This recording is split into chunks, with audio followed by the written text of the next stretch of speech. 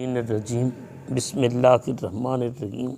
آج ہم نے بخاری شریف کی پہلی جلد ابواب العیدین میں سے ایک باب اذا لم یکن لہا جلباب فی العید، اس کے تحت حدیث نمبر 927 اس کے اوپر گفتگو کرنی ہے، یہ حدیث پاک پڑھنی ہے۔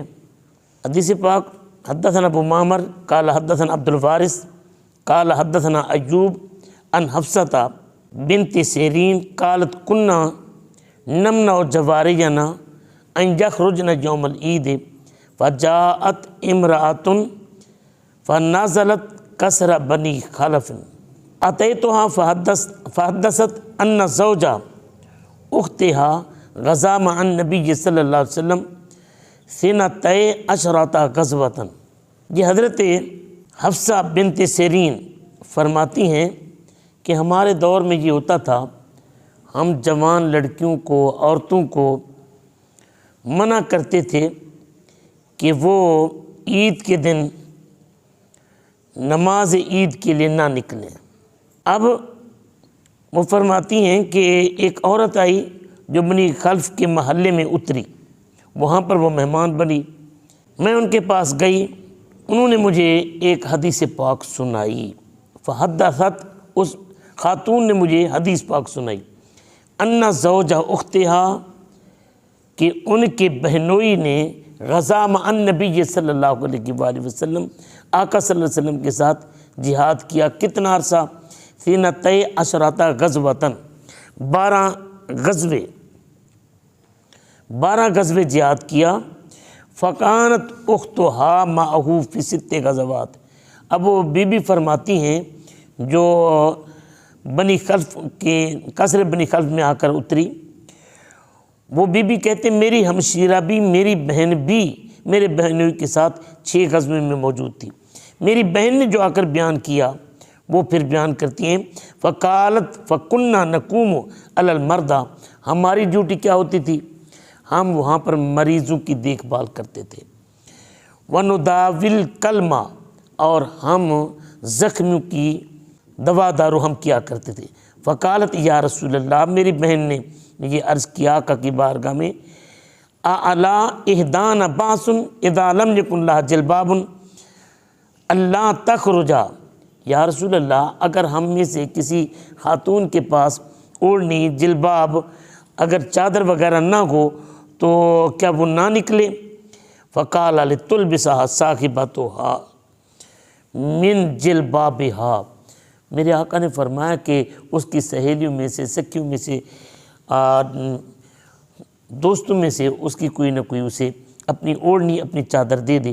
فَلْيَشْهَدْنَ الْخَيْرَ وَدَعْوَةَ الْمُؤْمِنِينَ، میرے نبی فرماتے ہیں اپنی سہیلی کی چادر لے کر اور اپنی سہیلی کی اوڑھنی لے کر وہ مسلمانوں کے نیک کاموں میں بھی جائے اور مسلمانوں کی دعاؤں میں بھی شریک ہو۔ یہ لفظ قابل غور ہیں، دونوں میں بھی شریک ہو۔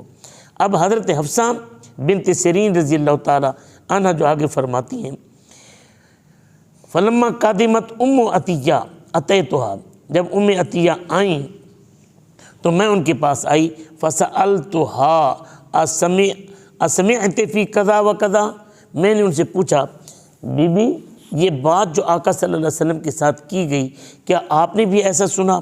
تو ام عطیہ نے کہا نعم بِأَبِي، ام عطیہ کہتی ہیں کہ ہاں میرے اماں بابا آقا پر قربان جائیں۔ اب حضرت حفصہ فرماتی ہیں وَكَلَّمَا ذَكَرَتِ النَّبِيَّ صلی اللہ علیہ وسلم إِلَّا قَالَتْ بِأَبِي، یہ حضرت ام عطیہ کی عادت تھی، جب بھی رسول اللہ صلی اللہ علیہ وسلم کا ذکر آتا تھا تو فوراً جھوم کر کہتی تھی میرے اماں بابا آقا پر قربان، میرے اماں بابا آقا پر قربان۔ إِلَّا قَالَتْ بِأَبِي قَالَ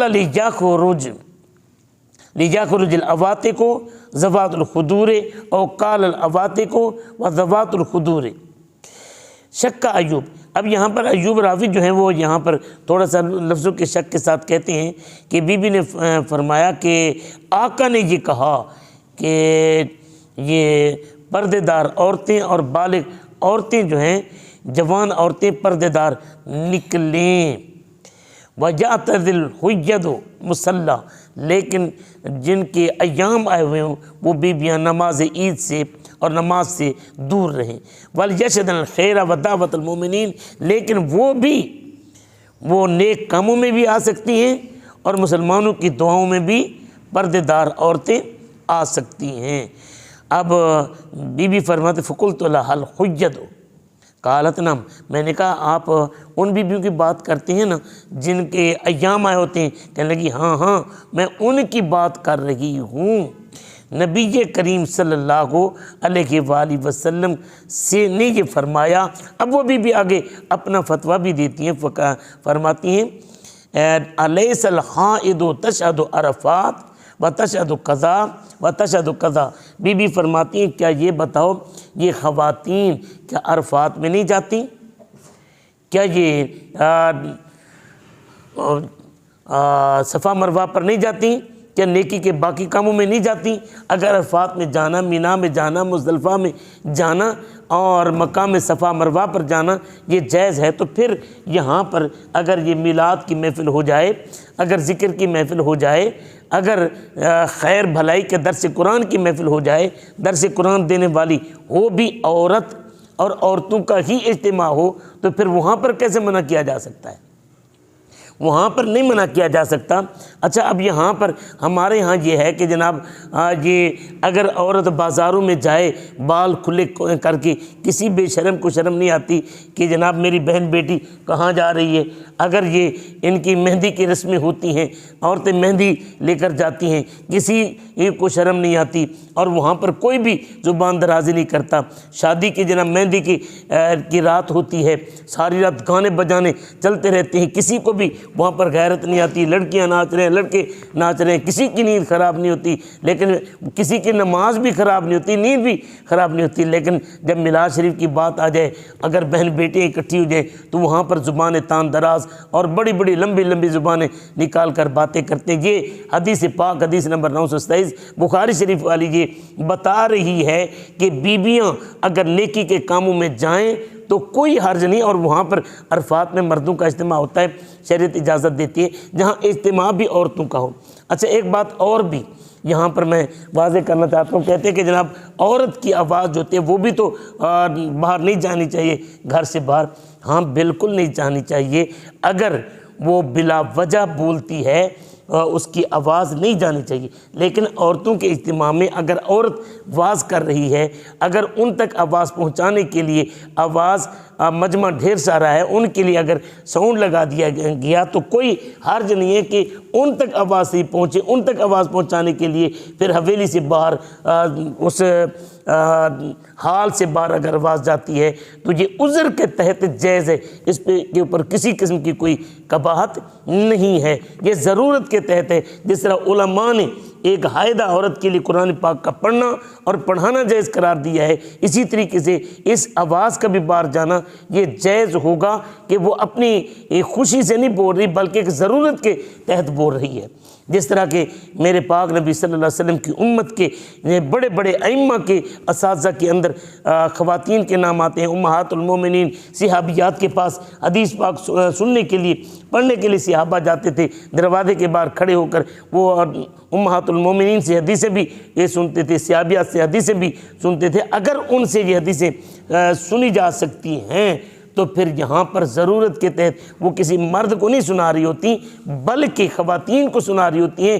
ان سے آواز پھر اگر اضافی ہو جاتی ہے تو پھر اس کے اوپر نہ بولنے والی خاتون پر کوئی فتویٰ لگے گا، نہ اجتماع کرانے والے پر فتویٰ لگے گا، نہ اجتماع کے اوپر فتویٰ لگے گا، نہ آنے والوں پر فتویٰ لگے گا، بلکہ الضرورات تبیح المعذورات یہ شریعت کا قاعدہ ہے۔ یہ حدیث پاک ہمارے پاس ثبوت ہے کہ نبی کریم صلی اللہ علیہ وسلم نے دعوت المومنین اور مومنوں کے امور خیر میں خواتین کے آنے کی اجازت دی ہے۔ اس لیے خواتین کا تبلیغی اجتماع، تعلیمی اکٹھ، مدارس یہ سارے جائز ہیں، اس کے اوپر کسی قسم کا کوئی فتویٰ نہیں لگایا جا سکتا۔